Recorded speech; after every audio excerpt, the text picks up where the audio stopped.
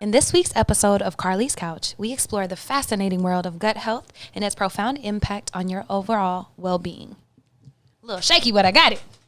It wasn't. It was good. I was like, overall. Happy Monday, everybody, whatever day it is. Hope you're doing well. I'm feeling pretty good. Carlie, hope you are as well. I am. I got Lextopia on my left over here. This week, our question from the couch was, what latest habit has changed your life? And I definitely got some folks that said meditation, which agreed if I could stick to it. Positive self-talk in moments that I typically be overcritical. That's a great habit to have. For sure. Another one said sauna and hot yoga. We got another hot yoga. And then someone said getting a whoop, which I had to ask Lexi what that was because I feel like an old person. I was like, do you mean whooping? Like, what is this? I just heard the word the other day because my friend has a... instead of getting like a Garmin, like I have, they have just the joint that it doesn't tell time. And I was like, I thought it was a Fitbit bit. He was like, no, it's a whoop. I was like, all right. So do your thing. Yeah, do your thing. When it becomes a habit to really like be into your stats and look at your stats, that's a great place to be and actually like taking different actions. So that's pretty good. Yep. Someone else said learning to say no. Very important. Keep practicing, keep saying no and more often. Yeah. And then lastly, someone said going to therapy is a habit that has changed your life, and 100% agree. At some point, meditation and going to therapy, there's only two things on here that I would say were like a habit. Definitely changed my life. Where are you at now as far as your latest habit that you would say has changed your life? Look, I'm all of those, but getting a whoop have been on my list for like things that have helped change my life. But lately, I would say being consistent with my morning routine with myself every single morning, like spending intentional time for myself has been important. Really calculating my macros and progressive overload and lifting has been a big deal. And then centering joy. If I had to think about anything, and we might do an episode, so I'm not going to go crazy on this, but centering joy in my life has really changed it. And I have a noticeable difference in just my spirit and how I'm able to show up like from the beginning of the year until now. That's great. For me, the latest habit that has changed my life would be improving my gut health and I'll say the habit is probably making my smoothies every day and using the supplement that I use in it. It's made a big difference because I definitely last year back just felt like my diet, my eating just was blah. Like even if it was like technically like good foods, I realized like I'm really not getting a lot of like vegetables and fibers and things that I needed. And then literally after seeing a nutritionist and getting a plan and doing that plan, like immediately it blew me away how much like mental clarity came with that. And so it's kind of hard to go back like once you feel a certain way. So that's something that I kept on doing ongoing. And I even now have one of my group chats that we formed. It's like 3 of us, and every day we like send a picture of our smoothie and what we put in it. So it's really cool to see how much working on gut health has changed my life with that habit. And so that's kind of what inspired us to talk about it a little bit more today. Yeah, shout out to our man Hippocrates. All health begins in the gut, and the gut is often known as our second brain. I think it's so interesting, like just to have a is she high moment, but like, you know, when you think about how this whole thing, our whole body goes on because of like what we put into our mouth. Okay. Don't tell my friends about that. But everything that we ingest and digest nutrient wise, like when I think about that, I'm like, wow, why would I ever do like I did last night and eat a cheeseburger? Like it almost seems crazy to be like, this is making my whole thing go. You would never put like the wrong gas in your car unless you like real damn bad. But like you really actually try to put the right things in your car.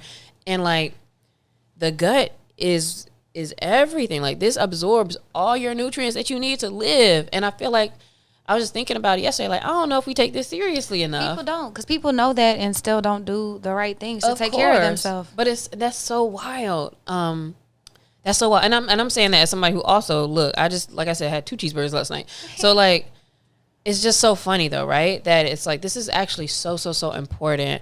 So I'm glad that, you know, the little bit of things that I found out, even while researching for the episode, then correlates and validates the ways I've been feeling and the things that I've been seeing in my life as I've been improving my gut health.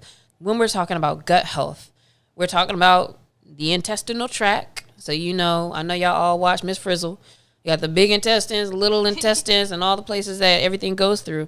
But within your gut, it's a microbiome. And the microbiome is a term for the trillions of bacteria and organisms and things that live in your intestines.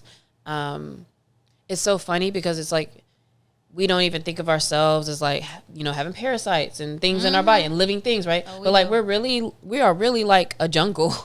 And like we have so many organisms in our bodies and things at one time. Like I wish I could be on the magic school bus. I'm sure that whole would be real scary. I forgot what percentage of it is that we have like us to parasites, like what we think we are. Like it's actually pretty crazy. Yeah, when we be talking about dogs and having fleas and stuff, and it's like, girl, if you knew how many worms and bugs and all this stuff that's in our bodies, like that's wild. But all of these microorganisms live in our digestive tract. And the microbiome needs to be what it needs to be. So just like, for example, with the Amazon jungle, like when people start cutting down certain trees, when you take out even certain insects or bugs or animals, etc., it messes up the whole microbiome because now, like maybe this one thing starts taking over, or maybe now this certain animal doesn't have any shade or whatever. All this to say that all the living organisms in our gut, it's important what they are, and how they operate, because they're what keeps our body like functioning the way that it's built to function. So I just had like a moment of like, wow, because I think that's so wild. Like I wish there was some kind of test we could do. I know there are tests for parasites, but like I wish I could almost see like a scan of my body and like see like the hot spots of like all bugs and bullshit, because that would be like, ugh. But anyway, yeah, so the gut health is so important. Carlie, what are some reasons why? It is, so the second brain, they don't call it that for no reason. Like it affects, it's called our like spiritual nervous system, like that along with our fascia. And thinking about like there's a happy hormone, so serotonin. So people are like, oh, that's a brain thing, all that. Actually, 95% of it is produced in our digestion, in our gut. And so imagine if your gut is all clogged up with processed foods and sugars and all those kind of things. You can't even absorb the happy hormone. You can't even produce it the way you need to. And so thinking about that, it's a seat for how it can affect your sleep, your energy, your emotions, your mindset, your anxiety. Like your gut controls all of those things. Yeah, and the terminology around that gut-brain connection is gut-brain axis. And it's a literal, because I thought this was kind of just something that's like, oh, okay, it's just, like when you see the guy sitting down with the chakras and all that. I was like, okay, like I thought that was just like a spiritual terminology. But I was like, oh, shoot, it's really a communication network. So we have a central nervous system that you're probably familiar with when you see the diagram of like all the blue lines and stuff. But there's also the enteric, is that the right way to say it? The enteric nervous system. And so all of these different pathways are always communicating with each other. So there's literal communication all the time between this area of your body and the brain. And there's also some hormonal pathways and immune pathways that intersect with all of that as well. So it's literally like one big highway that's going on there. Yeah, and if you are looking at different people's microbiomes, because all of ours are different, you can actually see people who have different type of mental health conditions or different diseases. If you look at their gut, you can actually see how the composition is very different, and that could be leading to why certain people have certain things or have to go through or deal with certain things. Yeah, if there's disruption between the axis itself, as well as if there's an imbalance in your gut, those things can affect you in so many different ways. So, which makes it interesting, like the more you learn about it, how many things you could clear up if you clear up this one space. Like that's what makes it so amazing. And again, like I just have gone through this like since March to now of seeing the difference, but like it's so vast. Man, okay, so I took my first nutrition class in college. I used to take a 1 year extra thing, whatever hour extra class every year or something I wanted to learn. So 1 year is nutrition. And that's when I started falling down the rabbit hole. And then I would start watching all the Food Inc. and all the different documentaries. But since then I've gotten like a nutrition certification so that I can help clients, because most personal trainers are not actually supposed to do meal plans and stuff for their clients unless they also then have a nutrition certification.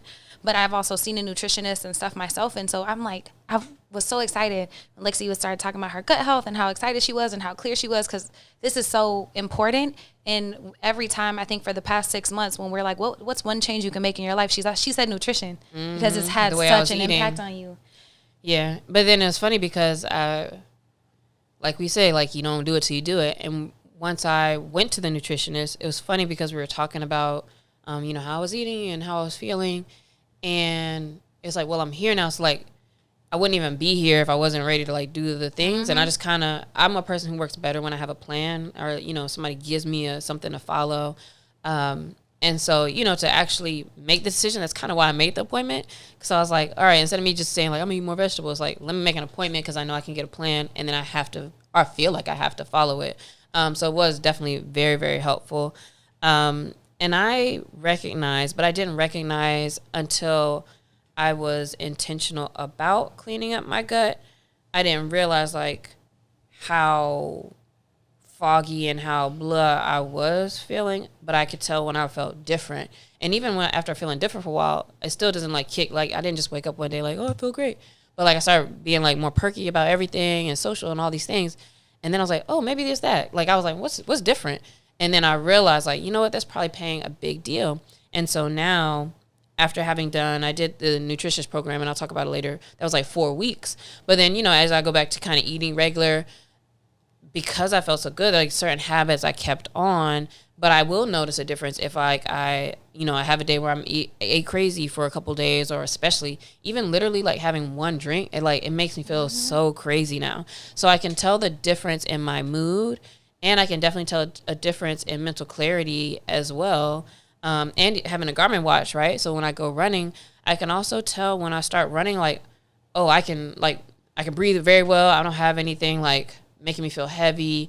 And that my VO2 is usually, and my performance levels are usually higher when I'm just, like, it's like my body's like a better foundation, a better canvas, you know, to do all the other things. So I definitely see the actual difference and feel the actual difference in my mood when I'm worried about my gut health like that. What about you? Oh, it's huge. And mine is primarily I would say my emotions, like the heaviness and my energy levels. Like, they're just so drastically different when I'm eating the things I need to, and in time frames, and we'll talk about all that. But I can just tell that I feel more like myself, and less cloudy. Like, and it's so funny because even talking to, like, I've been trying to get my family to, you know, eat healthier, stop doing that. Like, every time I go home to Oklahoma and we're somewhere and, you know, everybody drinking sodas and eating biscuits, and I'm like, I got friends who don't drink water. Baby, I'll be this like, is crazy. Yeah. I'm like, how are you living? And I don't think that people know. Get me out of here. I don't think that people know how good their bodies are designed to feel, and so I think that they just think that, oh, I'm always going to be low energy. Oh, this is just a product of getting old. Yeah. Oh, I just have to, my knee's going to hurt, my back, this. And it actually doesn't have to. Not to say that you won't get injuries or things won't happen, but you do not have to feel terrible every single day. And one way you can fix that is through your gut health. Yeah, that's a very good point, because you really don't know until you start feeling better. In my household, I remember having so many books. Like, there's this book that was called Fit for Life, and my parents had all these books about eating well, preventing cancer by eating well, and having your body work a certain way. And so Absolutely. I remember always being kind of interested in it, but I also just like to eat what I like to eat. And I also feel like I never fully understood. Like, so what I do understand, and I have always kind of understood, is like, yes, we need to eat nutritiously so I can get what I need to get.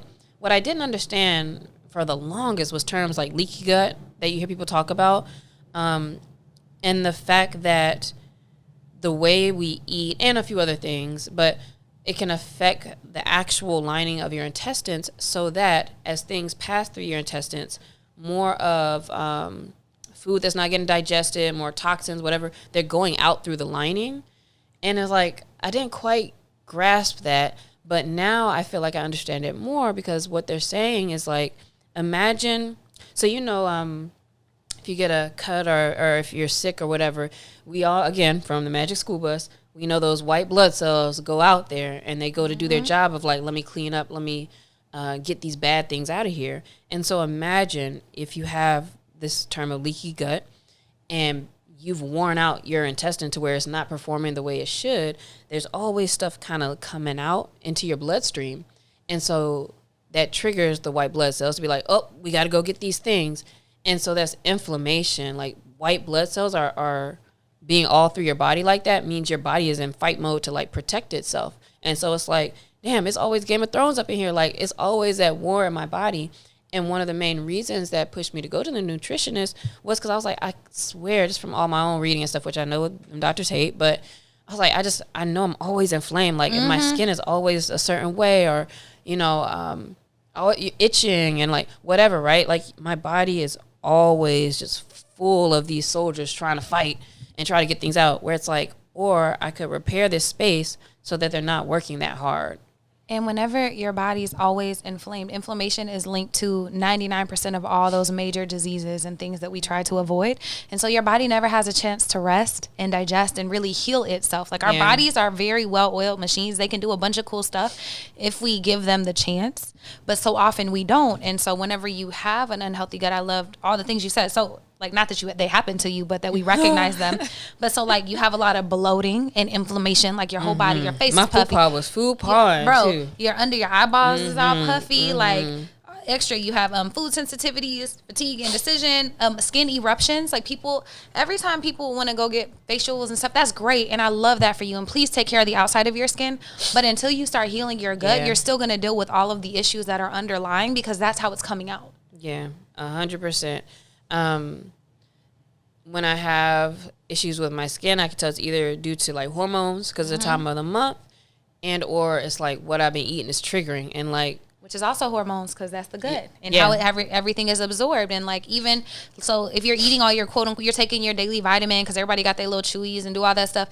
But if you're not eating the thing that needs to go with it, like some are like fat soluble, some are water soluble, some need other things to interact, because turmeric, if you put it into your shakes and smoothies, that's cool, but it needs black pepper to actually interact. And so thinking about that in your gut, you could be trying to put all the right stuff in, but if you're not putting the stuff in the right way, in the right ways, or to interact with it, then you're not gonna get what you're trying to get out something. There's so much more to digestion health too, because of how they say like certain meats and starches, like certain things we put in our bodies, and it's like, sure, we feel like it's all going to the same place and we're eating food, but they're not interacting with each other well, and or our body can barely absorb them. So it's like everything we ate was not something we can even absorb. It's so much to it. But if you're feeling heavy, that's probably a sign that you can work on that. Some other like reasons why we may have unhealthy gut, chronic stress is one of the things too. And chronic stress on your body it affects your gut health, because it directly affects that axis that we were talking about, the gut-brain axis. I cannot say axis. Axis. But then the other things where we're about food and all that kind of go more into the fact that they are literally just weakening that intestinal gut lining. So like obviously having a poor diet, sugars eat at it. Processed foods eat at it. For people who can't eat gluten, like that's the thing with them, is that it bothers the lining of their intestines and weakens it. And then also like alcohol consumption, overdoing anything, smoking really does that and dries you from the inside out. And then also too much meat. So sorry, Liver King, like too much, and especially like, and they know they be wild. But beef and stuff like that, like it can take up to 2 weeks to digest. So think about it just sitting there rotting and not like getting pushed out. Not to say you can't eat beef, because I do enjoy a great steak every once in a while, but just like how much are you eating, and is it balanced? And your medications too. Like I know for me, like anytime I would have to take any type of medications, if I was like antibiotic or even the extra strong like Tylenols for something, like they always, like I feel like they always just bother my body. But those medications can kind of wear at your linings too, because think about like that's going all through your system as well to be absorbed. And so there's so many things that we put into our bodies that actually are doing more damage. And to Carlie's to what Carlie just said, not only are we doing damage to it, but then we're like letting stuff just sitting there, and like it's just all bad. So imagine like if we're talking about trying to have a healthy gut, it's not healthy because A, it don't never have time to like clean itself up, and then B, we're feeding that microbiome, but we're feeding the wrong organisms. You're feeding the bad organisms. And an example of that for me is like we brush our teeth, because everybody, you know, I think that you kind of get the picture of like you go to sleep, and if you went to sleep with all the sugar on your teeth, like the bacteria eat it. And so now they're creating waste and stuff. So same kind of in your gut, like they are eating all that 2-week-old meat, and like all the wrong stuff is growing. I actually just had that conversation though with a friend about it's the importance of brushing your teeth before you consume things, like even your water next to your bed, like all that, because that's in your mouth. And I'm saying that to say, like, don't feel stupid if you didn't know that, or if you don't know a lot of the stuff that we're talking about, because we're not necessarily taught, and if we are, we're not taught well about these things. Yeah, I have a friend who it's so weird because I guess I do that that's how I grew up in the habit, is like I want to brush my teeth before I eat anything or do anything. And to me, I've always been like, well, it nasty ass taste in my mouth. Like, why would I want to eat on that? But some people really are like, they think about it as after food. Let me drink my coffee and then brush my teeth. Yeah, so they eat. And I'm like, ugh, how you eating with all the bacteria that's been sitting in your mouth like all night? But again, it's like, you might not have known. And so when you're listening to this, if you hear something, like, don't be offended. We just sharing stuff that we learning and, and trying to make your gut feel better too. But like, think about, wow, maybe that is something I need to try or need to think about as we're continuing to go through it. So what does it mean to have a healthy gut? What does that look like?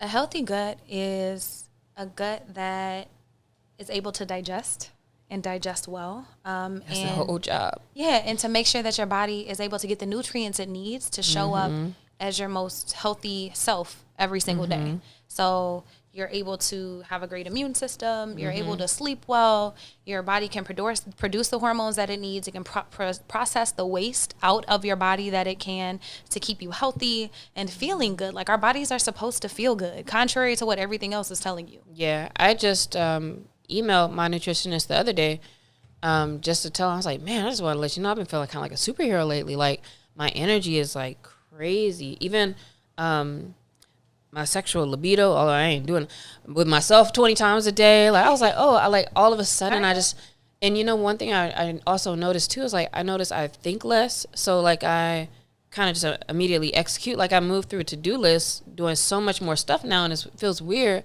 I'm like, what was I doing before? But it's just like, I gotta do this thing. Okay, do it. I gotta do this thing. Okay, I do it. Like, there's nothing like really blocking or foggy. I can tell when I'm at my best nutritionally now, based off of kind of like how I feel socially with people. Like, I actually am more chipper, or I actually call them like, hey, I want to do something or whatever, and just feeling so good, like literally all around. And I know I told my friends too, and I sound like it right now, but I told them like, I'm evangelizing now, because I'll be like, I feel so different, and just so clear. It makes me think like, oh, is this how people feel like regularly? And not only is all the mental clarity and like feeling good, like hormonally as well. And I tapered off of antidepressant because I was like, oh, okay, I kind of feel straight. And maybe now I can actually get the serotonin that's being produced instead of having to take an inhibitor, right? That keeps it in my brain. So like, that's a huge difference as well.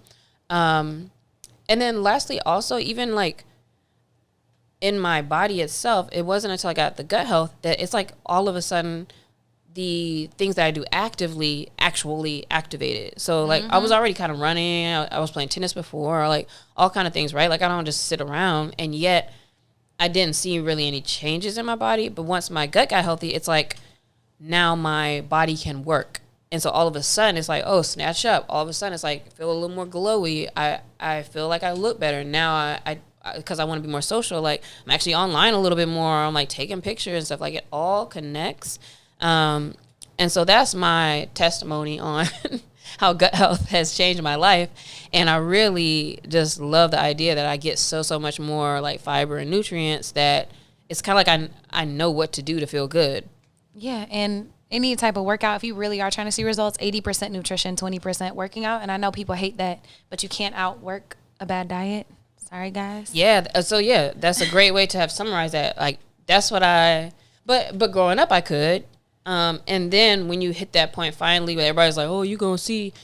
And I was like, oh, dang, I did see. But also I think I was so clogged up, although I didn't look it, right? So I wasn't out here looking crazy sloppy. I did look, I felt sloppy for a while, but like, I wasn't looking crazy sloppy by like, all these standards and stuff. And yeah, I was like, nah, like, I just felt like it was just blech. But that's even the thing, like, people who look like aesthetically like fine can still have a bunch of visceral fat around their organs and be backed up and be disease prone and all that stuff. That doesn't really like, it sucks that that's not the right like moniker. Like it's not necessarily the same for everybody. It's just genetics. Yeah, but also in your youth though, your body is stronger or whatever, right? So like as I have weakened it, now I'm like, oh, this completely changes the game. So I would say like tips for maintaining your gut health. Main thing for sure is just your nutrition. So the couple things is I'm not your nutritionist. And I would recommend you go see one if you would like to. But these are the things that are like, this is the facts. Probiotics, which are the live bacteria that you need, that are the good bacteria. Some of those are in yogurts and other things. And then prebiotics, which are what those good bacteria eat. And then I didn't even realize the other day, like, that is fiber.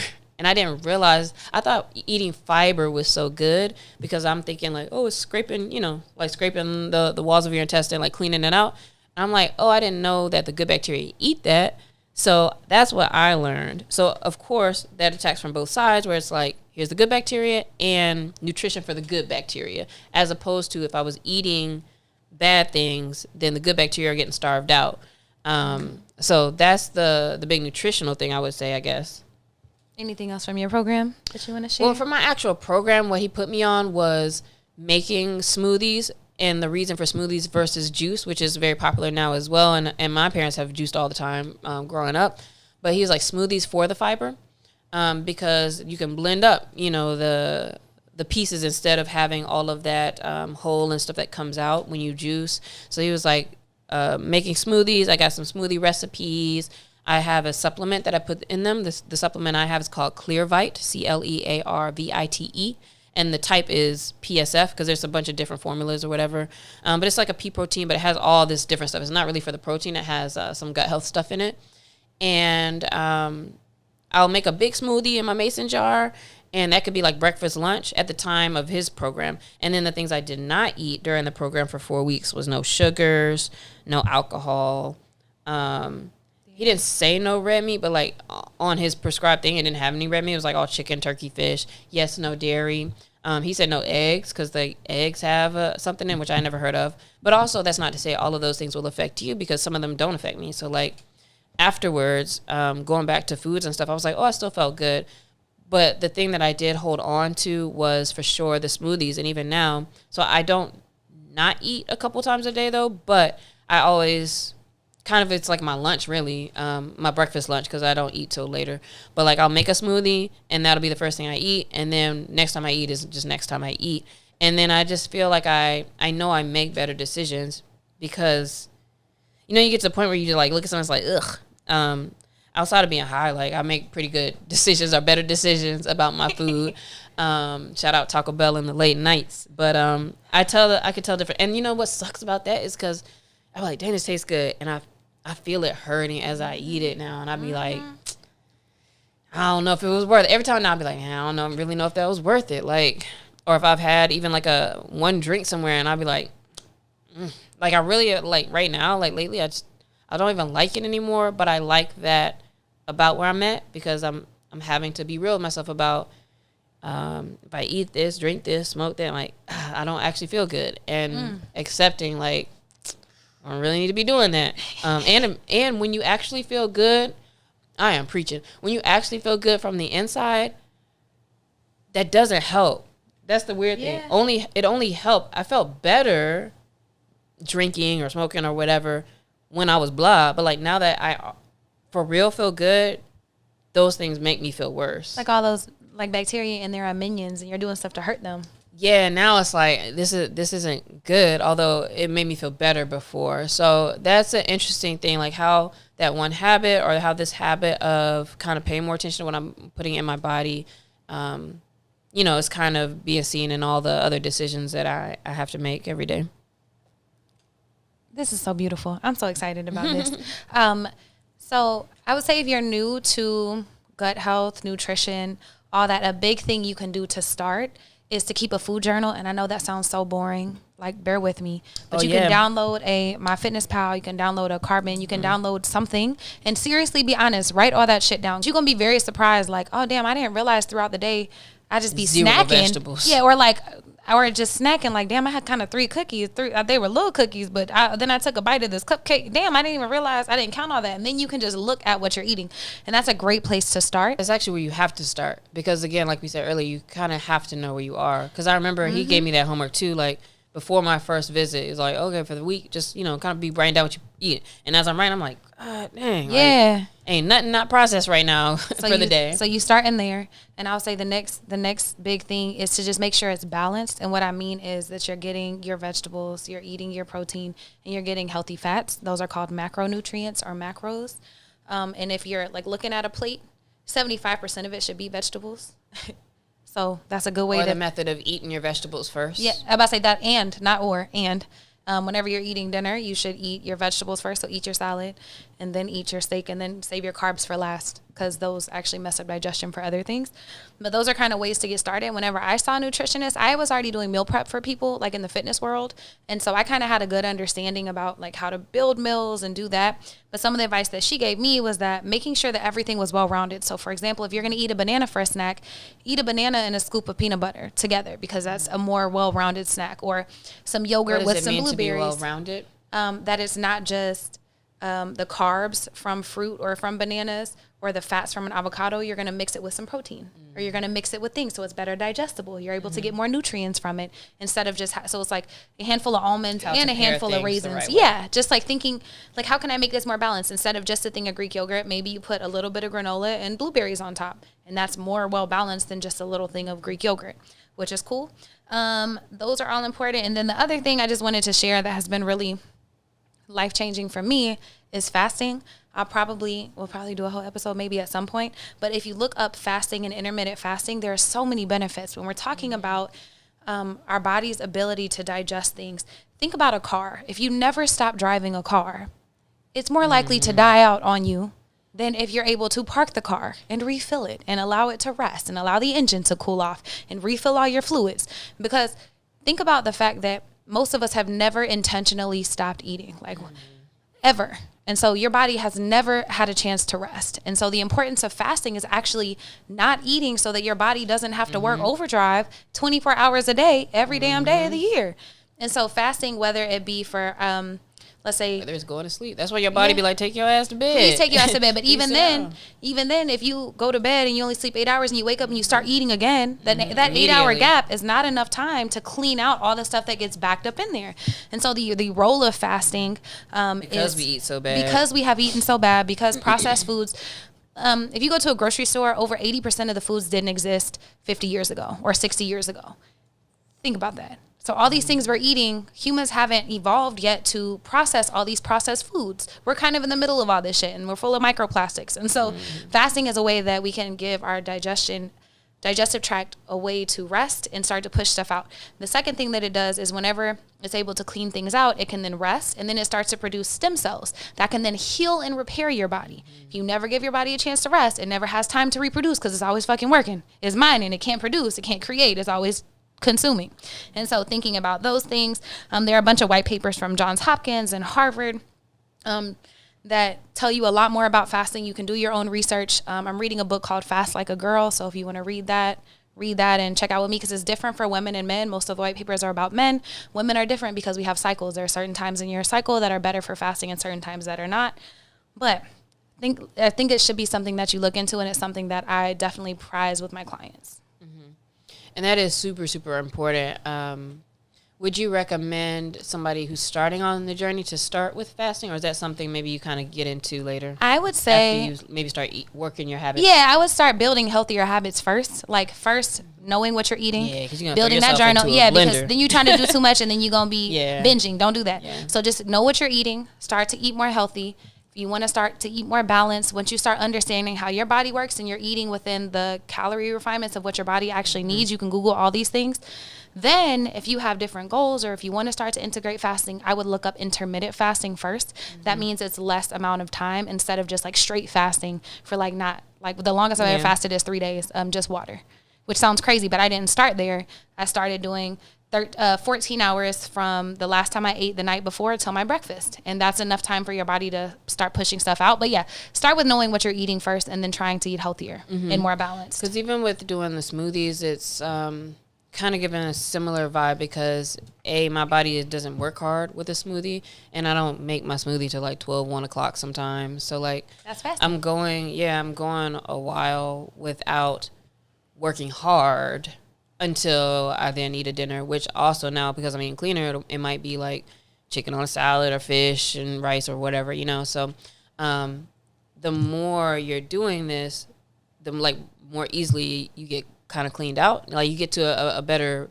base place to where like now if you do eat something else, like you don't feel as bad or as crazy. So I think that's just really important to just kind of give yourself a little bit of a reset, which is why I do like that I did the nutritionist program, because it was like a 4 weeks of just like totally like clean out. And then from there, you can kind of make your decisions about what you wanted to do.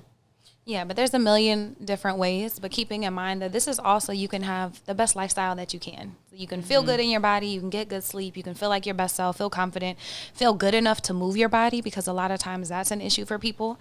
And if you're like really interested in, gut health and nutrition, this is stuff that people have been studying for hundreds and hundreds of years, like going back to Ayurveda and Eastern medicine in India, to also, which is the sister science for yoga, which is actually for your body, and different ways to eat, and then also traditional Chinese medicine. So two big things, like science-backed Eastern sciences and medicine systems that have been so much research. Sorry, I'm like, all my words are trying to come out at the same time. There's so much research around little things you can do to really change your life. So for example, another thing, I'll just say one thing from traditional Chinese medicine is you're not actually supposed to drink water right after you eat. You're supposed to wait for 30 minutes, because then if you put a bunch of food in and you put water, it kind of opens up and just drops in, as opposed to letting your body process things the way that it needs to.